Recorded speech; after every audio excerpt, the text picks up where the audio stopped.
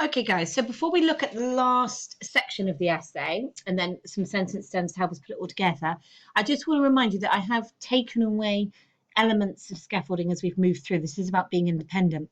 So when you choose to write the next part of your essay, you might choose to write or analyze three of these quotes, one of these quotes. You might prefer to look to the articles again for yourself and choose something else that you feel more confident to analyze or that actually you think says something more interesting. But what I'm actually going to be looking at within the essay structure then is that you are hitting this ideal criteria, that I will see within your response where you've identified and interpreted a perspective. Okay, so and always responding to that question, how do we know what A and B are thinking or feeling about attitudes? So just to kind of put that into a verbal paragraph for you, it might read something like this. Within the article, Catherine Edwards or Dr. Catherine Edwards or Edwards clearly feels very strongly about the negative attitudes towards accents, and through her own experiences has internalized this experience as something negative. Within the anecdote from the beginning of the article, she talks about having felt embarrassed and bewildered. Okay, so there I've identified and interpreted my perspective. I've maybe been a bit wordy, but I've hit that first bit. So now I need to go into a description of how the language works to present that. So you could say within the complex declarative sentence, as she tells us her experience anecdotally, she uses the adjectives in the predicative position of feeling embarrassed and bewildered. Both of these are from a semantic field of emotion linked to maybe feeling shame, fear, embarrassment, exposure, but also confusion. In other words, so now we've labeled, now we're moving into the explanation, the evaluation of the effects, okay? These word choices represent her emotions as seemingly being negative. Embarrassment suggests humiliation and bewildered confusion. So Dr. Katie Edwards herself, a professional woman within a professional academic context, has been rendered embarrassed and exposed by somebody's treatment of her. So did you see I was beginning to link into context? I reminded the examiner that this was an anecdote from a professional context where she was an academic and that somebody embarrassed her. Okay, now when you get to the link and compare part, you always have the opportunity to just link immediately to something you've seen, but this is where your knowledge of the text comes in, because actually as I was verbally doing that paragraph so far with you, it reminded me that in the other article it talks about accents either being a secret source of shame or a source of pride. Now, interestingly, Dr. Katie Edwards moves from a moment of feeling shame actually very quickly to getting riled up, if you like. Her emotion takes over, and actually she says, no, I'm not going to be embarrassed by the way I speak. And she ends the article illustrating that sense of pride. But if we're doing the link and compare, we could do that at this stage. This links to the attitudes in text A, where the writer talks about accents being a secret source of shame or a source of pride. And then you create the link. Okay, so when you're linking and comparing, again, it doesn't have to be that you follow exactly the three quotes that I've chosen from each article. I was just illustrating the process, that really what you need to do for this middle section of your essay is look at both articles again, select 1 to 3 quotes from both that you're going to analyze. Now, again, there are higher grades across all of the mark schemes for what we call cohesion, for seeing a natural progression, a link with ideas. So the link between embarrassment and bewildered and the other text, secret source of shame, actually is what we could call a really cohesive link. You're making good choices. So, lovely people, if you want, you can either pause and do that bit of writing now, or you can just follow through to the end of the lesson and then do all the writing at the end, okay? So, we've done a opening analysis of the graphological features. We've looked at the opening section of both articles. We've now potentially written between 1 to 3 quotes, the presentation of views from the middle. So now we need to address the closing. Now, guys, I would always argue if you're managing time and you're suddenly aware under time conditions, oh, I'm still writing about the presentation of views and I haven't got to the end, I would always argue that it is good practice to make sure you look at least the closing sentence from both. Why? Because the closing sentence will make you appreciate the article as a whole. by looking at how it ends, you understand that the ending of an article is actually equally important. Because if you like, it's the last impression, it's the last perspective, the last point of view, feeling that the writer wants to leave us with. Okay, so it's really important to make time. I would rather that you wrote about the closing sentence and section rather than 3 bits from the middle. So I would always counsel that and advise that, and that would be my feedback when we start going into time practices. Okay, you need to manage your time so you make it to the closing section.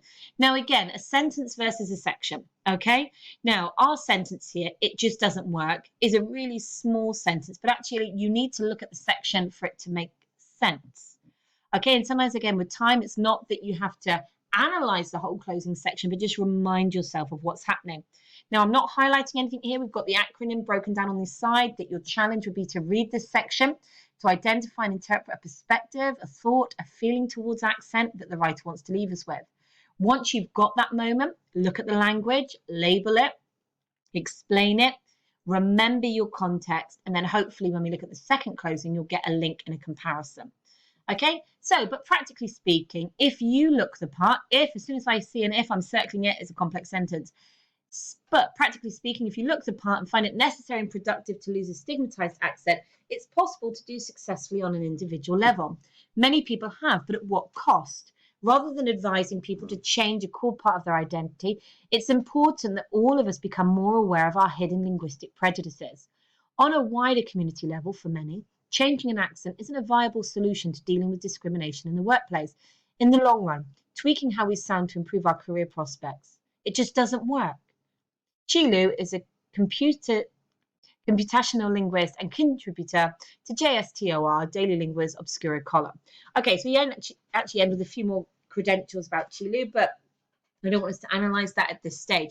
Now, there are several points here you could focus on. And when time's against you, it's making what we call the judicious, the right choice. Now, the right choice for you is any word or phrase that enables you to tick off in our acronym list the description. So can I label it? Can I describe it using language labels? Can I evaluate? Can I appreciate in context? So there are some quotes here that are interesting, but I could say one thing, but can I say everything? So, for example, we've got this lovely reminder, okay, of how we began. So we began with this set of questions about cost and is something worth it. So we've got a cyclical link that through these closing interrogatives, our writer is returning us to that hinge point, that hinge question. Okay, we can change how we speak, but is it worth it? Is it right? Okay. And actually, that makes that final simple declarative sentence work, because that's the answer to the question. According to this writer, it just doesn't work. In other words, don't change your accent. Don't cave to the pressure. Don't allow yourself to be manipulated into thinking that you have to change the way you speak. It just doesn't work. So actually, it's a very simple affirmation an answer to all those questions that they've posed. It just doesn't work. So we can identify that the writer at the end of this article is actually laying it on the line now and giving you a definitive answer. It doesn't work. Changing your accent doesn't work. We can look at that linguistically. We've got the declarative. It's a simple declarative. The explanation of meaning, the it, is a reference back to the process of changing your accent. So this sentence means that this writer is finally owning very strongly an opinion that changing your accent isn't going to work. It's not successful. So we've explained the meaning. Okay. Now, if we're going to evaluate it, we could say, actually, by ending this article with a really clear, distinctive answer, it's a very effective way for the audience, the readership, to know exactly what this writer's opinion is. Although throughout the piece, they've been considering 2 different sides, they've now turned up with an opinion.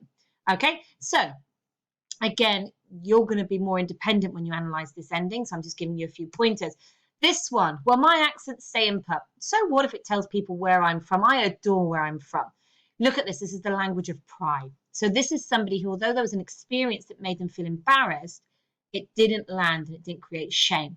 They have an immense sense of pride in their identity and where they're from. So when we've analysed this before, we've picked up on these linguistic features. We've labelled them. Use your notes. If you glean from my accent that I come from a socio-economically deprived area, then yes, I do.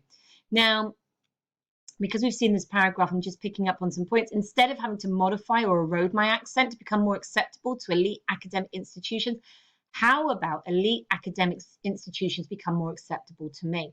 Now, that's actually a very lovely but more subtle link. Okay, this one talks about, isn't it important that all of us become more aware of our hidden linguistic prejudices?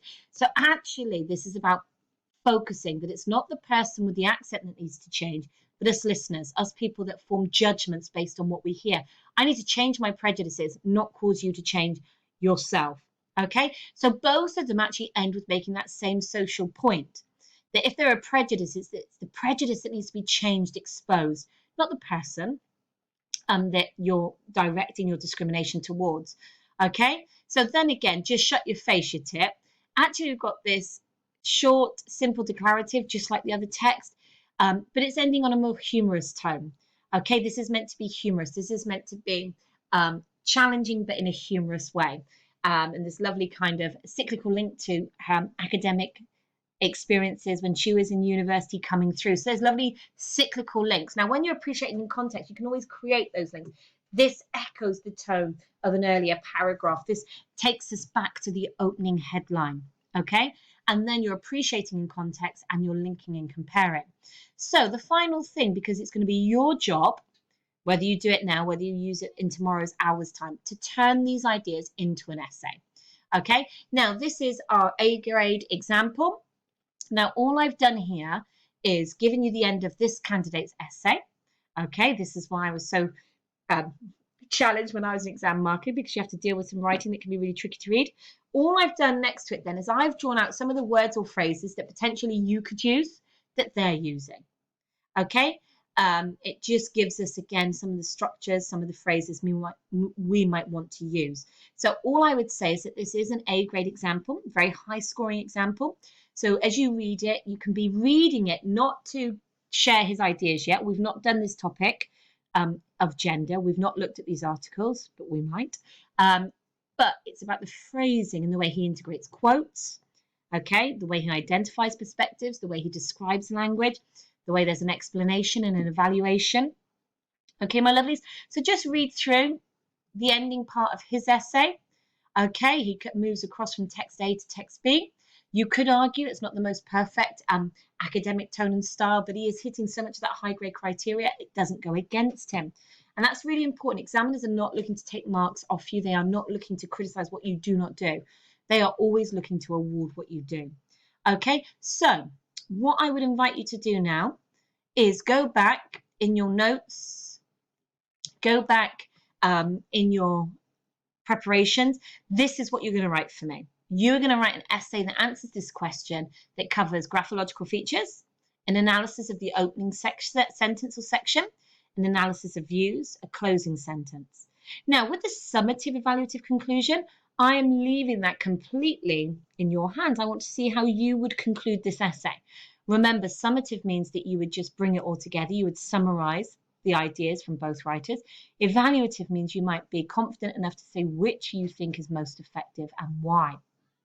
Okay, so guys, I will just put on show my homework tomorrow, a reminder, but I'm really going to give you the hour of tomorrow's lesson, not to be taught, but to write this essay. And I would really ask that you don't just, that it's not bitty paragraphs that you send me. My expectation is going to be you look at your notes, the work done so far, you write it, type it up as a complete essay that you are going to send to me, okay, either on email or you can submit it through Show My Homework. Okay, my lovelies? So obviously you can rewatch, you can look at the notes, you can skip bits, but I would really love to now just see you work through this essay question, this analysis of the two texts, and send me your best efforts. Okay? Okay? Thank you. Really appreciate it, guys. Looking forward to reading your work.